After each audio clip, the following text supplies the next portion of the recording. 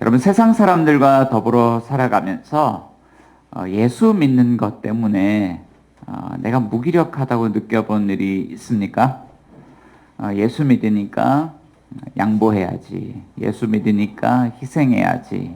예수님 믿으니까 용서해야지. 그래서 예수 믿는 것 때문에 정말 힘이 없어야 되고 왠지 좀 무기력해져야 되는 그런 상황들이 우리에게 생길 때가 있는 것 같습니다. 자, 그럴 때 여러분 마음은 좀 어떻습니까? 그런 일들을 경험할 때. 자, 오늘 본문 말씀을 보면 이제 요단강을 건넜기 때문에 이제 여리고성에 가서 곧 전투를 해야 되는 그 이스라엘 백성들에게 하나님께서 그들을 무기력하게 만드시는 오늘 이제 사건을 본문에서 이제 보게 됩니다. 당시 200만 명에 달하는 이스라엘 백성들이 놀라운 하나님의 계획으로 요단강을 건널 수 있었습니다. 이 일을 경험한 하나님의 백성들이 마음이 얼마나 들떴을까요? 얼마나 신났을까요? 자, 그런데 이 사건 때문에 또 다른 경험을 하고 있는 사람들도 있습니다. 오늘 5장 1절 말씀 가운데 보면 요단 서쪽에 있는 도시국가의 분위기들을 볼 수 있죠. 1절 같이 한번 읽어봅니다. 시작. 요단 서쪽의 아모리 사람의 모든 왕들과 해변의 가나안 사람의 모든 왕들이 여호와께서 요단물을 이스라엘 자손들 앞에서 말리시고 우리를 건너게 하셨음을 듣고 마음이 놓았고 이스라엘 자손들 때문에 정신을 잃었더라. 자, 마음이 놓고 정신을 잃었다. 마음이 극도로 불안하고 두려운 상태에 휩싸였다. 사로잡혔다. 이제 그런 이야기죠. 이스라엘 백성들이 요단강을 건너고 난 후에 요단 서쪽에 있는 도시국가의 왕들, 그 땅의 백성들이 저 이스라엘 민족이 하나님께서 그 요단강을 가르치고 저들을 마른 땅으로 건너게 하셨다는 것을 보았고 소식을 들었습니다. 자, 그럴 때 그들은 극도로 불안하고 두려움에 휩싸였다라는 거예요. 자, 이제 우리가 싸워야 될 대적들이 우리가 왔다는 소식을 듣고 두려움에 떨고 있습니다. 자, 그러면 아마도 저 사람들이 무언가 새롭게 싸움을 준비하기 전에 극도로 불안하고 두려워할 때 그때 가서 이 이스라엘 백성들이 군대를 앞세우고 싸워서 그 약속의 땅을 차지하는 것이 옳지 않습니까? 지금 이 극도로 불안하고 두려운 상황은 이스라엘 백성들이 굉장히 호재예요. 좋은 징조입니다. 자, 그런데 오늘 본문 2절 말씀 보면 그때에 하나님께서 여호와께서 여호수아에게 이런 명령을 내리셨다는 것을 들려주고 있어요. 2절도 한번 읽어봅시다. 2절 시작. 그때 여호와께서 여호수아에게 이르시되 너는 부싯돌로 칼을 만들어 이스라엘 자손들에게 다시 할례를 행하라 하시매. 자, 그때입니다.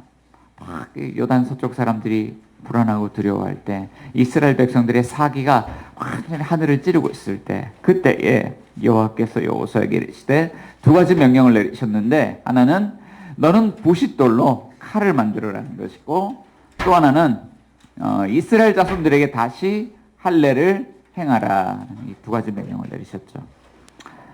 여러분, 할례가 무엇입니까? 이것은 남성의 포피를 베어내는 그런 일이죠. 자, 현대 의학에서는 포경수술이라고 부르기도 합니다. 자, 병원에서 이렇게 수술을 할 때 허가받은 의사만이 이 수술을 할 수 있고 이 수술을 할 수 있는 깨끗한 위생적인 환경이 주어져 있어야 됩니다. 그죠? 또 마취제가 있고 또 소독약이 있고 또 항생제가 있고 또 진통제가 있고 그래서 여러 약들을 사용해서 이 수술이 잘 끝나고 아프지 않게 빨리 끝날 수 있도록 이렇게 돕는 여러 가지 그런 치료제들이 있습니다. 자, 그렇지만 그 당시 상황을 한번 생각해 볼게요. 이제 싸움터로 나가야 될 그 군인들한테 뭘 하냐면 이스라엘 자손들에게 다시 할례를 행하여라. 뭘로 합니까? 깨끗한 수술실에서 합니까? 마취제가 있습니까? 진통제가 있습니까? 뭘로 하죠? 부싯돌 칼로. 부싯돌 칼로 그렇게 하라는 거예요. 자, 그럼 군인들에게 부싯돌 칼로 할례를 행했을 때 이 백성들의 상황이 어떻게 되겠습니까? 이제 나가서 여리고 성읍에 가서 적군들과 이제 칼을 들고 마주하고 싸워야 됩니다. 목숨 걸고 싸워야 됩니다. 자, 그런데 할례를 행하고 난 다음에 이 군인들에게 어떤 상황이 발생하냐면 그들이 나가서 싸워야 되는데 전투 능력이 완전히 제로 상태가 되는 거죠. 군인들이 전쟁을 준비할 때 여러분 어떻게 준비하죠? 지휘관들 아마 전략을 세울 거예요. 그리고 무기들과 보급품들을 충분하게 준비를 할 겁니다. 그리고 이 싸워야 될 군인들에게 정신무장을 아주 강하게 새롭게 정신무장을 시킬 겁니다. 그러고 나서 싸워야 되지 않습니까? 자, 그런데 하나님께서 여호수아에게 이런 명령을 내리셨어요. 부싯돌 칼을 만들어서 이스라엘 자손들에게 다시 할례를 행하여라. 그럼 이들이 전투를 어떻게 할 수 있습니까? 그러니까 이런 하나님의 명령 속에 우리는 이해할 수가 없어요. 도대체 그 이면에 있는 하나님의 계획이 뭘까? 무슨 이대로 그런 무모한 명령을 내리시는 걸까? 왜 하나님이 이해할 수 없는 이런 명령을 내리시는 걸까? 자, 오늘 우리가 신앙생활하면서 이해할 수 없는 순간들이 얼마나 많습니까? 자, 오늘 하나님은 성경 본문을 통해서 오늘 그 이야기를 하고 있는 것이죠. 자, 오늘 성경을 통해서 하나님 주시는 메시지는 무엇일까요? 첫 번째는 신자는 하나님이 성공이 아니라 우리의 거룩을 원하신다는 것을 깨달아야 한다라고 말씀하고 있습니다. 한번 따라해 봅시다. 하나님은 성공이 아니라 거룩을 원하십니다. 자, 거룩이라는 단어를 우리가 구별됨이라는 의미로 한번 해석을 해본다 그러면, 자, 하나님 이스라엘 백성들이 여리고 성읍에 들어가서 그 도시의 적군들과 싸워서 승리하는 것보다 하나님은 자기 백성들이 이 세상으로부터 구별되는 것을 더 원하신다. 성경 그렇게 말씀하고 있는 거죠. 우리 교회가 함께 공동으로 기도하는 제목 가운데 중요한 제목 하나는요, 우리 교회가 다시 회복되는 거예요. 전도의 문이 열리고 다시 부흥하는 교회로 교회가 다시 회복하는 것입니다. 그래서 예배가 부흥하고 또 회심한 신자들이 다시 모여서 공동체를 이루고 하나님을 예배하고 다시 교회가 살아나기를 희망하는 그런 기도 제목이 있습니다. 자, 근데 교회가 이렇게 살아나기 전에 하나님께서 오늘 본문을 통해서 우리에게 우선적으로 묻는 질문이 한 가지 있는 거예요. 그게 오늘 고민이죠. 우리는 거룩한 하나님의 그런 교회로서 이 세상과 구별된 그런 공동체로 자리매김하고 있는가? 거룩에 대한 질문입니다. 자, 오늘 본문 2절부터 9절까지 단락은 하나님이 다시 할례를 행하라 명령하셨을 때 여호수아와 이스라엘 백성들이 길갈이라는 그 땅에서 이스라엘 자손들에게 다시 할례를 행하는 그 사건을 우리에게 보여주고 있습니다. 2절에서는 하나님의 명령이 나오고요. 3절에서는 여호수아가 하나님의 명령에 순종했다는 내용이 나오고요. 4절부터 7절까지는 여호수아가 이스라엘 자손들에게 다시 할례를 행했던 이유, 하나님 명령에 순종했던 이유에 대해서 이야기를 하고, 8절에서 9절까지는 그 명령에 순종했을 때 어떤 결과가 주어졌는지를 이야기를 하고 있습니다. 자, 먼저 오늘 본문은 우리에게 이런 질문을 던지게 합니다. 자, 왜 하나님이 그 명령을 내리셔서 이스라엘 자손들에게 다시 할례를 행하게 하셨을까? 4절 상반절을 보면 이렇게 이제 내용이 시작이 돼요. 자, 여호수아가 할례를 시행한 까닭은 이것이다. 여호수아가 할례를 행한 까닭은 이것이다. 자, 그러면서 4절부터 7절까지 그 이유에 대해서 요약적으로 이야기합니다. 자, 그거를 이제 내용을 좀 정리하면 이런 겁니다. 이스라엘 백성들이 출애굽 사건을 경험하고 그 땅을 다 빠져나오게 됐어요. 자, 그런데 그때 빠져나왔던 사람들 가운데 20세 이상, 그들은 다 할례 받은 사람들이었고, 자, 만 20세 이상 어른들이었는데, 자, 그들은 광야에서 40년 동안 생활하는 가운데 다 죽었다는 거예요.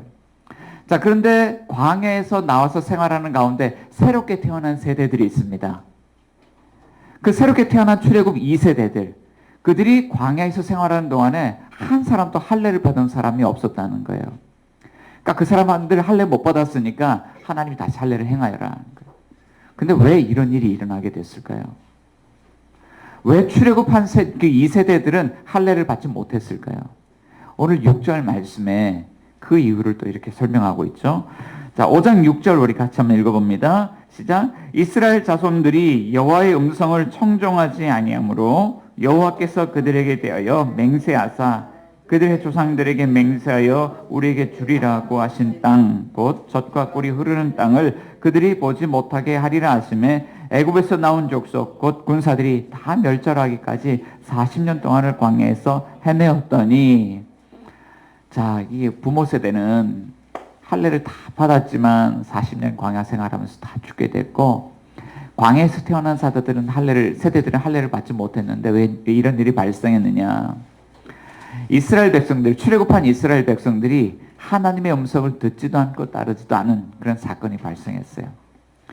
그때 하나님께서 이 백성들에게 맹세를 하셨는데, 야, 나는 너희의 조상들에게 약속의 땅을 주겠다고 맹세했지만 너희 중에는 그 약속의 땅 젖과 꿀이 흐르는 땅을 보지 못할 것이다. 하나님 그렇게 맹세하셨다는 거예요. 자, 분명히 한 사건을 지목하고 있죠. 가데스 바네아에서 이 백성들이 하나님의 약속을 신뢰하지 않고 하나님의 음성을 듣지 않고 그냥 약속의 땅 앞에서 등을 돌린 결과로 하나님께서 그들에게 이제 너희들은 그 땅 보지 못할 거야 말씀하셨다는 거예요. 자, 그리고 40년 동안 그 다음 세대가 할례를 받지 못하는 그런 불상사가 발생을 한 겁니다. 자, 그러면 여호수아가 이스라엘 자손들에게 다시 할례를 행하였을 때 그 결과는 어떻게 됐을까요? 오늘 8절 9절은 이렇게 이야기를 하고 있어요. 그들이 길갈 땅에서 할례를 받고 아주 아픈데 낫기를 기다릴 때였습니다. 그때 여호와의 말씀이 다시 여호수아에게 임했습니다. 9절 우리 또 읽어보겠습니다. 9절 시작. 여호와께서 여호수아에게 이르시되 내가 오늘 애굽의 수치를 너희에게서 떠나가게 하였다 하셨으므로 그곳 이름을 오늘까지 길갈이라 하느니라 하는 거예요. 자, 이 땅 이름이 길갈이라는 이름인데요. 여러분 성경에 밑에 각주에 보시면 길갈의 뜻이 나옵니다. 이게 굴러간다라는 뜻입니다. 자, 다 할례를 행하고 난 다음에 하나님의 음성이 임했습니다. 하나님 여호수아에게 말씀하시기를, 자, 내가 오늘 너희에게서 애굽의 수치가 굴러가게 하겠다, 떠나가게 하겠다 이렇게 말씀하고 있죠. 자, 이 말씀을 통해서 우리가 알 수 있는 것은 이거예요. 이스라엘 백성들이 40년 동안 광야에서 이렇게 방황하며 유리하는 가운데 그들을 따라다니던 애굽인들의 조롱 소리가 있었습니다.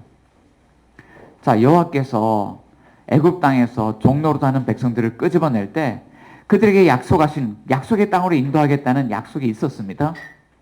자, 그런데 애굽 사람들이 바라보니까 저 사람들이 그 여호와 하나님의 부르심을 따라서 나갔는데 약속의 땅에 들어가는 것이 아니라 40년 동안 살아가는 가운데 광야에서 다 죽더라는 거예요. 그래서 애굽인들이 그들에게 수치를 줍니다. 조롱합니다. 자, 민수기서 14장 16절을 보면 그 조롱 소리가 이런 거예요. 여호와가 이 백성에게 주기로 맹세한 땅에 인도할 능력이 없었으므로 그들을 광야에서 죽게 내버려 두었다. 야, 그들의 하나님 능력이 없다. 하나님이 능력이 없어서 저 백성들을 다 광야에서 엎드려 죽게 한다. 애굽의 수치였죠. 자, 그런데 이제 그들을 따라다니던 애굽의 조롱 소리가 그쳤다는 거예요. 다시 할례를 행하고 난 다음에. 자, 길갈 땅에서 어떤 일들이 있었기 때문일까요? 저는 이제 세 가지 일들이 있었다고 보는데, 하나는 하나님께서 이스라엘 백성들을 인도하실 때 요단강을 가르시고 그 백성들을 인도하셨는데 그 하나님이 홍해 바다를 가를 때와 동일한 능력으로 요단강을 가르시더라는 거예요. 여호와 하나님 능력이 없으신 분이 아니라 능력이 있으신 분이에요. 자, 그런데 광야에서 엎드려 죽은 이 백성들이 왜 엎드려 죽었냐? 여호와께서 능력이 없어서 엎드려 죽었나? 그게 아니고 이 백성들이 하나님께 처음부터 불신앙과 불순종으로 하나님의 음성을 따르지 않았기 때문에 그들이 하나님의 심판을 받아서 진노 가운데 엎드러졌다. 자, 그럼 하나님 어떤 분이신가? 그 다음 세대들, 하나님께 불신앙과 불순종으로 따르지 않았던 그 부모의 다음 세대들, 하나님은 그들에게 이 요단강을 건넌 후에 다시 할례를 행하게 하심으로써 다시 약속의 땅에 들어갈 수 있는 새로운 기회를 그들에게 주셨다라고 하는 거예요. 그러니까 하나님 능력이 없어서 약속의 땅으로 인도하지 못하는 분이 아니라, 자, 우리의 불신앙과 불순종의 문제 때문에 인도하지 못하는 거죠. 그리고 하나님께서 우리에게 새로운 기회를 주신다. 그때 애굽의 조롱소리, 애굽의 수치가 떠나갔다는 거예요. 자, 오늘 본문은요, 우리 육하원칙으로 보면 이 사건이 언제, 어디서, 누가, 무엇을, 어떻게, 왜, 그리고 그 결과는 어떻게 됐냐, 이렇게 사건을 이렇게 분석을 할 수 있거든요. 근데 오늘 본문이 이야기하지 않는 내용이 한 가지가 있어요. 그것은요, 그러면 할례가 무엇이기에 우리가 할례를 받았냐라고 하는 거예요. 이 할례가 뭐냐라고 하는 거죠. 자, 하나님은 다시 할례를 행하라고 하는데 도대체 할례가 무엇이기에 우리는 할례를 받아야 합니까? 이스라엘 백성들은 할례를 받아야 합니까? 자, 성경은요, 이 할례에 대해서 이것이 언약과 관계가 있다는 것을 이야기해요. 자, 구약 성경에는 세 가지 언약이 나옵니다. 하나는 아브라함의 언약이고요. 하나는 모세의 시내산 언약이고요. 하나는 다윗의 언약입니다. 자, 각각의 언약들은요, 핵심 내용들 좀 약간씩 차이가 나는데 핵심 내용들을 담고 있어요. 자, 시내산에서 하나님이 모세를 부르시고 언약을 맺으셨을 때 그 모세의 시내산 언약은 하나님과 이스라엘 백성들의 관계를 드러냅니다. 자, 그리고 하나님께서 다윗에게 영원한 왕조의 언약을 하실 때 다윗의 언약 속에는 무엇이 드러나냐면 하나님의 영원한 통치, 하나님의 통치권에 대한 그런 약속이 드러납니다. 그런데 가장 먼저 주어졌던 아브라함의 언약 속에는 무엇이 드러날까요? 자, 그것이요, 바로 복에 관한 약속이었어요. 창세기 12장 1절부터 3절까지 말씀 가운데 보면 하나님이 아브라함과 언약을 맺으시고 복을 약속하시죠. 그 복의 핵심적인 내용은 이것입니다. 하나님이 아브라함 한 사람을 통해서 온 열방에 복을 주신다는 약속이었어요. 자, 그런데 아브라함과 그의 자손들이 하나님이 그 한 사람을 통해서 복해 주신다는 약속을 어떻게 신뢰합니까? 어떻게 믿을 수 있습니까? 하나님이 그래서 그들이 신뢰할 수 있도록 주신 언약의 표징, 사인이 있었는데 그게 바로 할례였던 거예요. 창세기 17장 10절에서 11절 말씀을 보면 하나님이 아브라함에게 말씀하십니다. 너희 중에 남자는 다 할례를 받으라. 이것이 나와 너희와 너희 후손 사이에 지킬 내 언약이니라. 너희는 포피를 베어라. 이것이 나와 너희 사이에 언약의 표징이니라. 자, 하나님과 아브라함의 자손들이 언약을 맺고 약속 안에 있다는 것을 이렇게 사인하는 것. 그게 바로 할례였다는 것이죠. 자, 그래서 할례의 표징을 가진 사람들에게는 새롭게 요구되는 삶이 있습니다. 그것은 하나님과 언약을 맺은 하나님의 언약 백성으로서 하나님의 약속을 신뢰하는 거예요. 그리고 하나님의 음성을 듣고 그분의 말씀에 순종하며 살아가는 삶입니다. 자, 이런 삶이 요구돼요. 그런데 만약에 이 백성들이 하나님의 음성을 청종하지 않고 하나님을 따르지 않는다 그러면 어떤 일이 일어나게 될까요? 여기에 포피를 베어내는 의미가 있습니다. 포피가 사람의 몸에서 베어져서 떨어져 나는 것처럼 만약에 우리가 하나님의 언약을 지키지 않고 언약을 깨뜨리게 된다 그러면 우리는 하나님의 약속 공동체, 언약 공동체, 하나님의 약속 안에 있는 복으로부터 떨어져 나서 복을 받지 못하는 그런 삶을 살게 된다. 그게 언약의 핵심 내용인 것이죠. 자, 여러분은 우리가 세상으로부터 하나님의 약속의 복을 받도록 부름받은 구별된 하나님의 백성 공동체라는 사실을 믿습니까? 자, 그럼 그런 정체성을 가지고 살아갈 때 나는 누구냐, 우린 누구냐 이런 정체성에 대한 질문을 받을 때 여러분들은 어떤 삶의 모습으로 그 질문에 답을 하고 있습니까? 이 정체성이라는 것은 삶을 요구하거든요. 이번 학기에 1대1 목회자 성경 공부를 시작을 하면서 저의 삶에 나타나는 변화 중에 한 가지는요, 아침마다 하나님의 약속의 말씀을 선포하는 겁니다. 하나님이 그리스도 안에서 나를 하나님의 자녀로 받아주셨습니다. 그래서 나는 그리스도 안에서 특별한 존재가 되었습니다. 그리고 나는 그리스도 안에서 하나님의 가족 공동체에 속했습니다. 그래서 아침에 일어나자마자 이 복음의 안에 있는 이 약속을 선포하며 하루를 시작합니다. 자, 근데 이 약속을 선포하는 것이 저의 삶에 어떤 눈에 보이진 않지만 아주 커다란 변화를 한 가지 가져오게 돼요. 그건 뭐냐면 제 삶이 정말 저의 삶을 흔들어 놓을 수 있는 그런 삶의 외적인 그런 환경들이 있을 수 있거든요. 그런데 삶의 외적인 환경들이 저의 삶을 흔들어 놓을 수 있지만 그 순간에도 약속의 말씀을 붙들고 흔들리지 않는 삶을 살아가는 겁니다. 그럼에도 여전히 나는 하나님의 사랑 안에 있구나. 그리고 하나님의 사랑 안에 있는 이 공동체 지체들과 함께 더불어서 공동체 안에서 건강한 신앙생활을 해나갈 수 있는 거죠. 아침 경건회를 하는데요, 찬송을 한 장 나누고 말씀을 나누고 기도 제목을 나눕니다. 그리고 서로에게 간단한 메시지를 이렇게 주고받습니다. 근데 그것이 별것 아닌 것 같아도요, 약속을 선포하고 아침 경건회를 할 때 그것이 굉장히 큰 삶의 의미가 있어요. 아, 내가 오늘도 말씀으로 살아가는구나. 내가 오늘도 우리 공동체와 함께 말씀 안에서 교제하며 살아가는구나. 그래서 이런 것들을 마음 안에 이렇게 담는데요. 내가 약속 안에 거하는구나. 그런 것이 굉장히 좋습니다. 자, 근데 오늘 제 본문을 통해서 우리 이런 질문을 할 수 있어요. 그러면 하나님이 우리의 성공보다 거룩을 더 원하신다고 말씀하시는데 도대체 하나님은 왜 우리의 성공보다 거룩을 더 원하신다고 말씀하시냐? 바로 가서 여리고 성읍 취하면 되지 않습니까?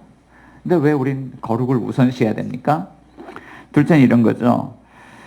구별된 언약 백성의 공동체로서 주어진 이런 새로운 정체성이 은혜의 기초 위에서 흔들림이 없는 삶을 살게 하기 때문이다 하는 거예요. 하나님이 우리에게 새로운 정체성을 확립해 주는데 여기 목적이 있습니다. 은혜의 기초 위에서 흔들림 없는 삶을 살게 한다는 거예요. 따라봅시다. 은혜의 기초 위에서 흔들림이 없는 삶을 살게 합니다. 자, 정체성은요, 아주 특유의 DNA를 가지고 있습니다. 영국 잉글리시 프리미어 리그 축구 경기를 보다 보면 정말 재미있는데 안타까울 때도 있어요. 강등권에 있는 팀들이 경기를 하는데 할 때마다 지는 거예요. 얼마나 안타까운지 몰라요. 안 떨어지려고, 강등당하지 않으려고 애를 쓰는 모습을 봅니다. 그런데 이깁니까? 집니까? 이겨요? 네. 져요. 지는데 또 져요. 그게 정말 안타까워요. 자, 근데 이렇게 자꾸 지다 보면 그 지는 팀 선수들에게 아주 특유의 어떤 그런 DNA가 하나 생겨요. 지는 DNA입니다. 우리 팀은 안 돼, 라고 하는. 자, 그럼 구별된 하나님의 언약 백성으로서 새로운 정체성을 가진 사람들의 그런 삶, DNA는 어떻게 바뀔 수 있을까요? 자, 10절 말씀 가운데 보면 그들이 이런 삶을 살아가요. 자, 10절 끝에 보면요. 무엇을 지켰습니까? 6월절을 지켰다. 영어 성경어로 보니까요. celebrate이라는 단어를 씁니다. 축하했다는 거예요. 여러분, 6월절은 어떤 절기일까요? 자, 6월절은 출애굽 사건인데 이스라엘 백성들이 하나님의 구원 사건을 경험한 그런 절기인데요. 이 6월절은 하나님의 구원 사건을 경축하는, 축하하는 절기입니다. 할례를 다시 행하고 난 다음에 이들이 그 6월절을 경축했다, 축하했다는 의미인 겁니다. 하나님께서 10가지 재앙으로 애굽 땅을 심판하실 때 이제 10번째 재앙, 장자 죽음 재앙이 애굽 땅에 임박했을 때였습니다. 이때 하나님 모세를 통해서 이스라엘 백성들에게 6월절을 준비하라고 명령하십니다. 그래서 1월 10일이 되면 가족 단위로 어린 양을 준비합니다. 그리고 1월 14일 해질녘이 되면 어린 양을 잡아 죽입니다. 그리고 그 피를 좌우 문설주와 임방에 바르고 난 다음에 6월절 규례를 지키는 거예요. 자, 죽여서 이제 피를 바르는 이유가 있습니다. 하나님께서 모세에게 약속하시기를 여호와의 심판에 애굽 땅에 임할 때 만일 그 여호와의 천사가 그 문에 피를 보면 그 피를 보고 넘어가리라. 그래서 패스오버, 이게 6월절의 이름이잖아요. 넘어가리라는 약속 때문에 피를 발랐어요. 그리고 그날 밤 이스라엘 백성들은 6월절 규례를 지키고 모두가 다 애굽 땅을 빠져나올 수 있었습니다. 자, 그런데 오늘 본문 속에서 다시 할례를 받은 백성들이 6월절을 축하했다는 거예요.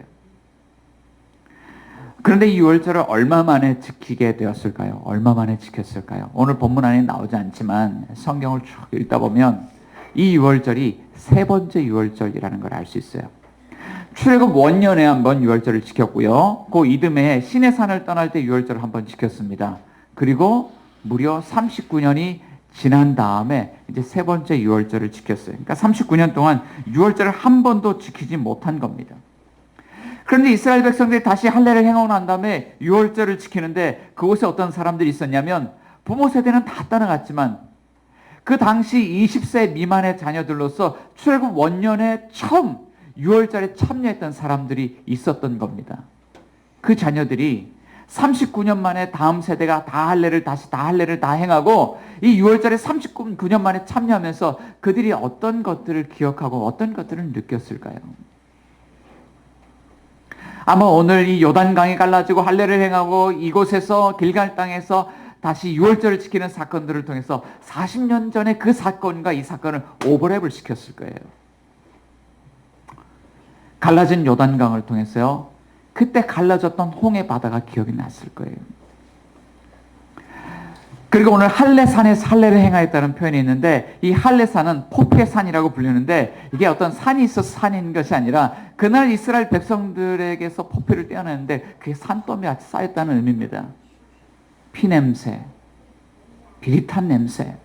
유월절 어린 양을 잡을 때 또 그 양들이 흘렸던 수많은 그런 양들의 죽음들 그리고 그 피들을 통해서 이들이 무엇을 기억했겠습니까? 그날 어린 양의 피로 좌문설주와 문인방에 발랐는데 그때 그 피냄새와 그 붉은 색깔들이 다 기억이 났을 거예요. 자, 그리고 눈앞에서 우리를 기다리고는 여리고 성읍의 저 적군들, 긴장하고 있는 저 적군들을 보면서 무엇이 생각났을까요? 그들은 아마 그들을 맹렬하게 추격했던 애국 군대의 기마 부대들이 그 홍해 바다에서 수장되고 시신으로 떠올랐을 때 그들의 패배가 눈에 떠오르면서 아마 저들도 앞으로 저렇게 패배를 당하게 될 거야 라는 것을 연상하지 않았겠습니까? 자, 공교롭게도 이들은 6월절에 출발해서 6월절에 도착했습니다. 그리고 6월절을 지키면서 이 가나안 땅의 곡식들을 거두어서 볶아서 그걸 먹었는데 놀랍게도 그날에 광야의 만나가 그쳤다라고 오늘 보면 말씀하고 있어요. 그것을 통해서 이들이 무엇을 느꼈을까요? 야, 하나님이 오늘 우리에게 이런 기억을 되살리시려고 그리고 하나님께 40년 동안 우리를 이끄시기 위해서 철저히 광야의 만나로 먹이시고 여기까지 이끄시기까지 철저하게 하나님께서 준비하시고 우리를 인도하셨구나 라는 걸 깨닫지 않았겠습니까? 자, 그들은 그날 6월절을 재현하는 드라마를 통해서 이런 고백을 했을 겁니다. 그래, 이 싸움은 우리의 싸움이 아니라 주님의 싸움이에요. 그동안 하나님 우리에게 승리하게 하셨는데 그렇지, 우리가 싸워 승리한 것은 우리의 승리가 아니라 주님의 승리야. 우리가 여기까지 온 것은 모두가 다 하나님의 은혜야 라는 거예요. 여기에 공동체가 은혜의 기초 위에 서는 비결이 있습니다. 요즘 우리 가정에서 이런 기도하잖아요. 우리 부모 세대가 자녀들에게 하나님 우리 아이들에게 살아있는 신앙의 이야기들을 들려주길 원합니다. 근데 오늘 본문 안에 정말 좋은 방식이 있어요. 그것은요, 살아있는 이야기를 목소리를 들려주는 게 아니라 우리 부모 세대가 먼저 새로운 정체성을 가지고 구별된 하나님의 백성으로 살아가면서 삶으로 그 이야기를 보여주는 거예요. 저희 할머니가 이렇게 생전에 이렇게 잘 부르셨던 찬양이 있습니다.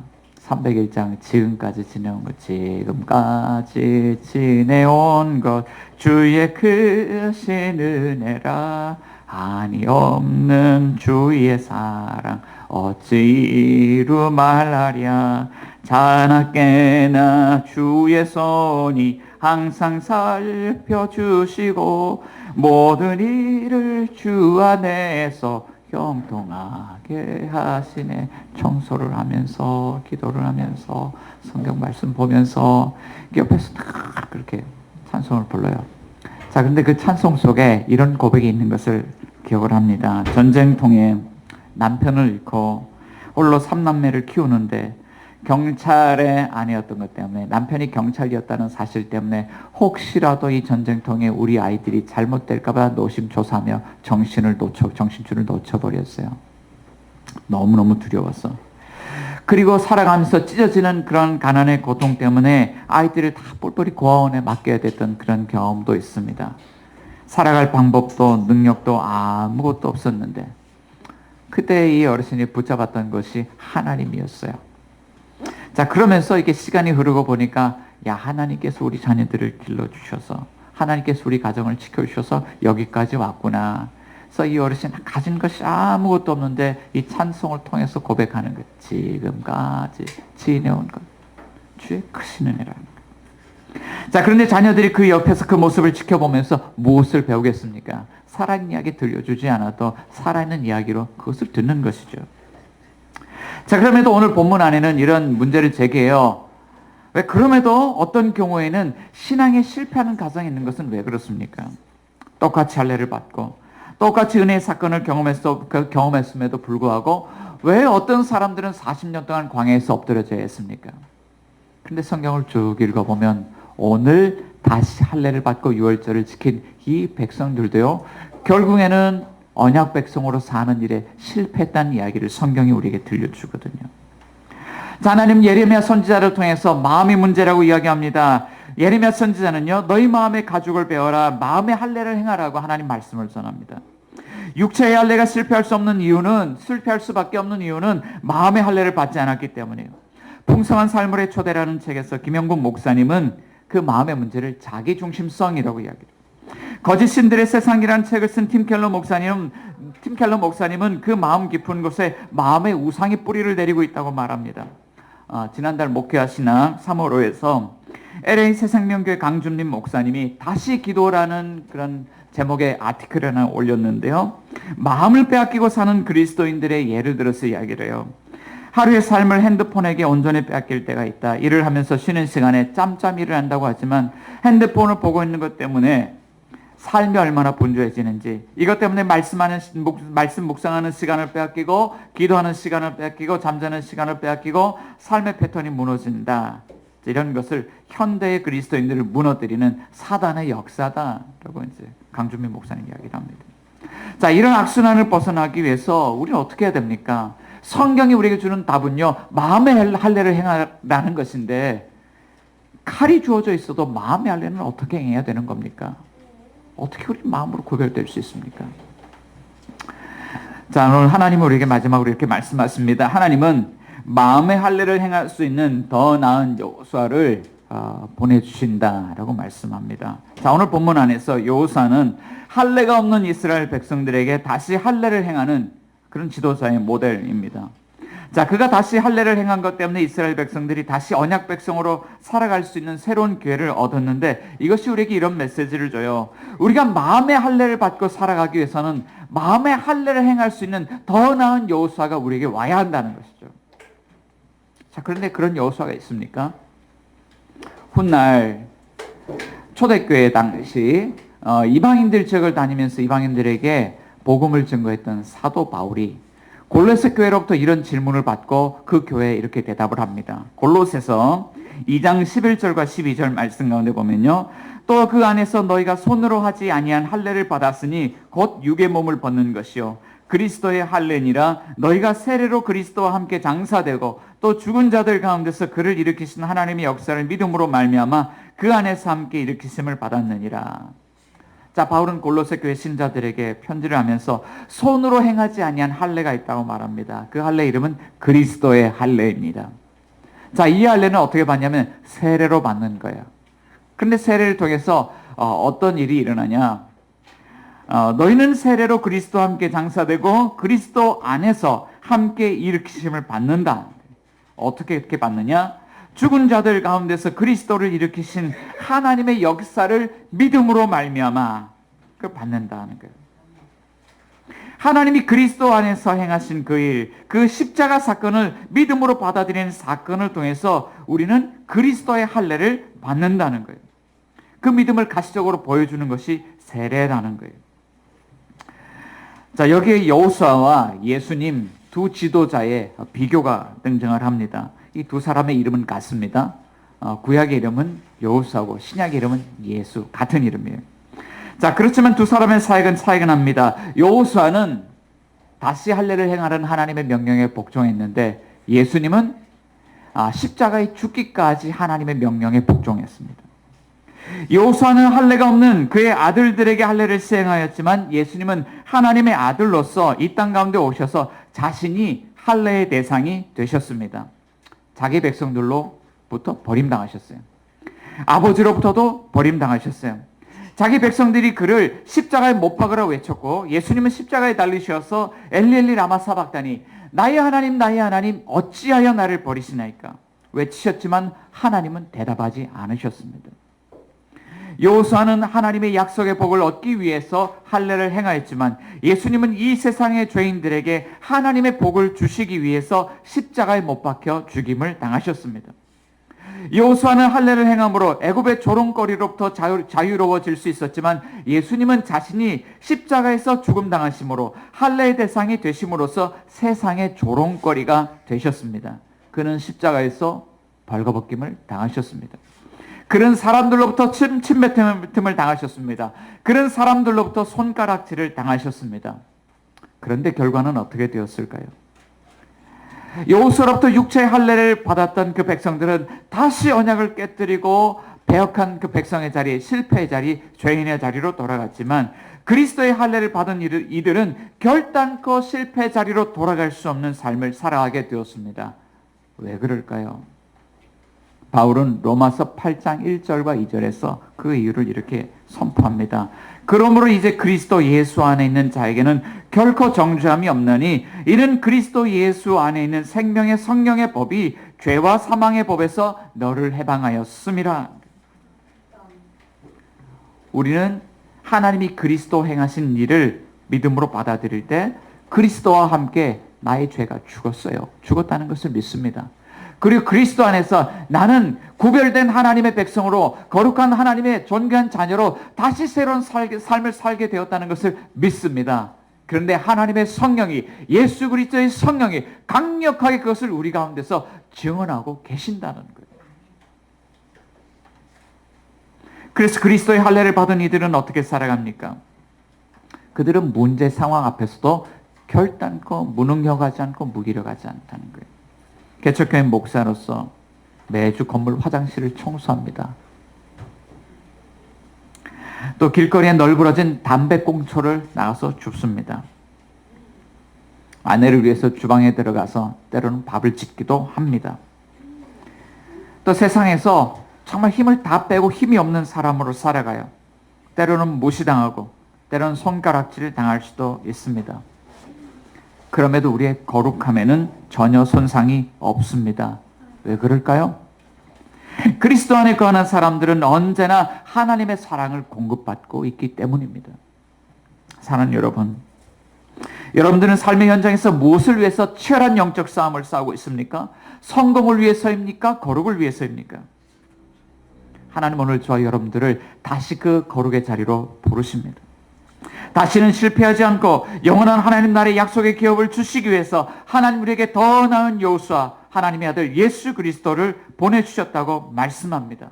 여러분 십자가의 그리스도께로 나오시기 바랍니다. 그곳에서 복음의 진리를 믿음으로 단단히 붙드시기 바랍니다. 하나님께서는 저와 여러분들에게 이 세상이 줄 수 없는 하나님의 약속의 풍성한 복과 은혜들을 받아 누리게 하실 것입니다. 이 시간 우리 같이 한번 기도하기를 원하는데요.